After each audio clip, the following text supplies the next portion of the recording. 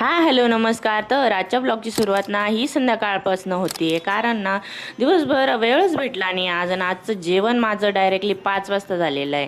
आणि त्यामुळे आज भूक पण नव्हती, पण संध्याकाळची चहा सगळ्यांसाठी बनवली आणि मी पण घेतली.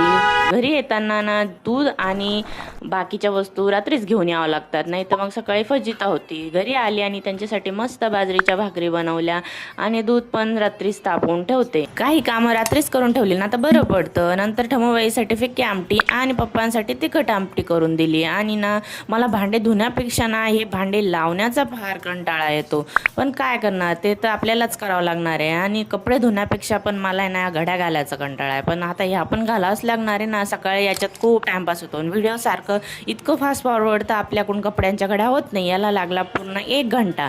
असो, आता सगळे कामं रात्री जर आवरले ना तर मग सकाळी निवांत उठता येतं, नाही तर मग खूप घाई होऊन जाते. चला असं समजा.